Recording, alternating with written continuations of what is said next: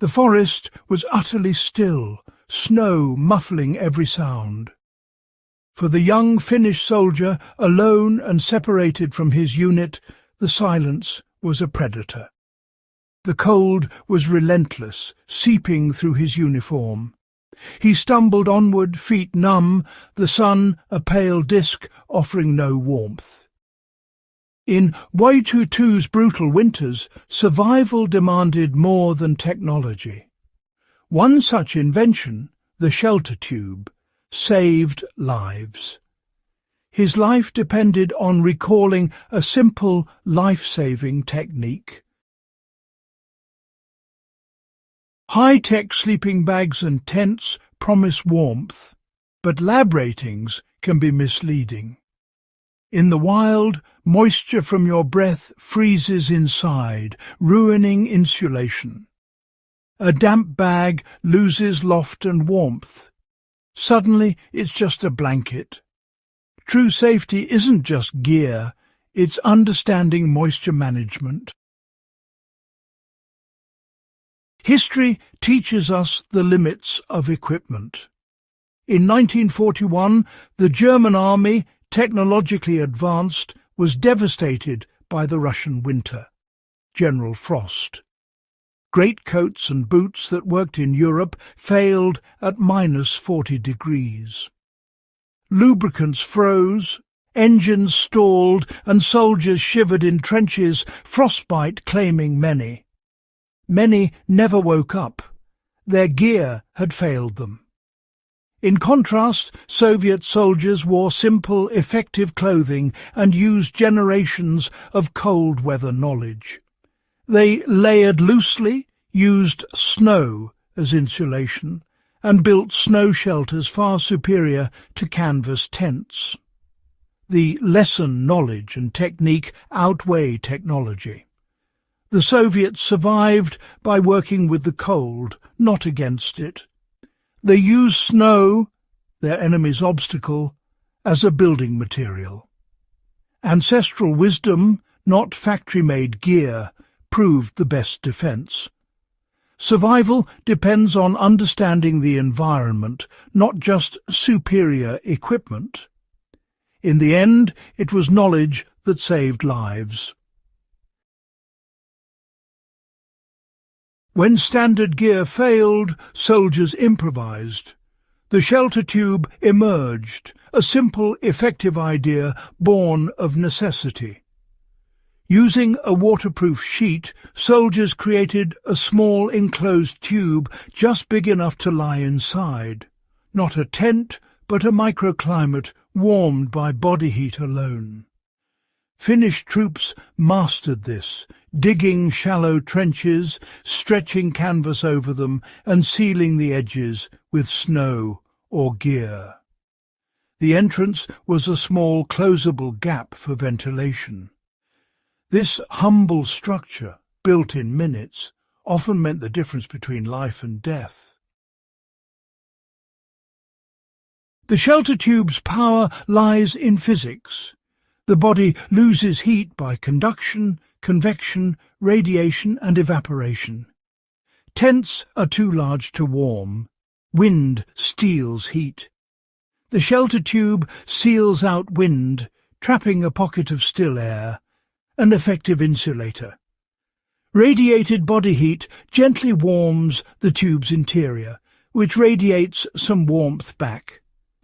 Moisture from breath condenses and freezes on the inside, away from your sleeping bag. An insulating base, pine boughs, a mat or a rucksack blocks ground chill. This simple system protects against all major heat loss, using minimal materials. The shelter tube is simple to build with basic materials: a tarp, poncho or emergency blanket, and a way to secure it. A 2 under 3 metre sheet is ideal for a solo shelter. Choose a site sheltered from wind, behind a hill, trees or rocks. In deep snow, dig a shallow trench to lower your profile and use snow's insulation. Lay down an insulating base, leaves, pine boughs, or a sleeping pad. Place your sleeping bag and gear on one half of the tarp, fold the other half over to form a tube. Secure the edges with snow, rocks or logs, making it as airtight as possible except for the ends. Seal the foot end with your rucksack or snow. The head opening is your entrance and ventilation, just large enough to crawl in and out. Once inside, pull gear toward the opening to minimize heat loss, leaving a small hole for fresh air. This prevents carbon dioxide buildup while keeping warmth in. You've now created a highly effective survival shelter.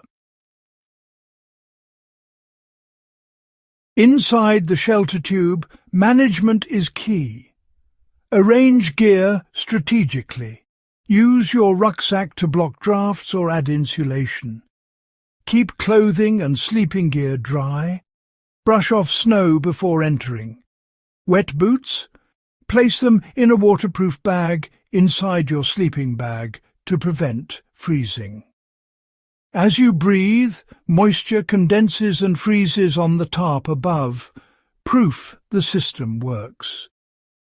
Don't disturb the frost. It keeps insulation dry. Ventilation is essential. Leave a small hole near your head for fresh air and to prevent carbon dioxide buildup. A second, smaller opening near your feet allows gentle cross-ventilation. This keeps air fresh without creating a cold draft. The shelter tube is cramped, but it's a life-saving microclimate. Every detail, gear placement, ventilation, dryness, matters for survival. Mastering these small actions is the difference between comfort and catastrophe. In the tube, discipline keeps you alive. The shelter tube's power multiplies when shared. 2 people in one tube, using 2 ponchos or a larger tarp, generate more warmth than one. Shared body heat raises the internal temperature, turning a night of shivering into real rest. Soldiers learned to huddle together, coordinating movements for minimal disruption. This required trust, discipline, and putting group survival above individual comfort. Foot discipline was vital, removing boots, drying feet, and changing into dry socks every night. Damp socks were dried against the skin overnight to prevent frostbite. These rituals, though tedious, were essential. Survival demanded methodical action, not hope. The soldiers who survived maintained discipline, caring for feet, cleaning weapons, building shelters, every night. Mental fortitude and routine, not luck, kept them alive. In survival, community and discipline are your greatest assets. The shelter tube is more than a historical curiosity. It's a lesson in survival philosophy. True resilience comes from understanding principles, not just owning expensive gear. Watutu soldiers had canvas, wool and knowledge, not high-tech fabrics. Survival isn't about comfort, it's about preventing death. The shelter tube is cramped and uncomfortable, but it works. It forces minimalism and efficiency, focusing on essentials, blocking wind, trapping air, staying dry. This mindset, function over features, is the mark of a true survivor. The laws of physics haven't changed. A tarp used well can outperform misused modern gear. Learning these methods supplements technology and provides a backup when gear fails. Let's learn from the past.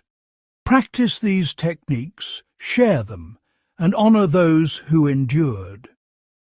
Human ingenuity, discipline and respect for nature are the ultimate survival tools. Pass this knowledge on. It may one day save a life.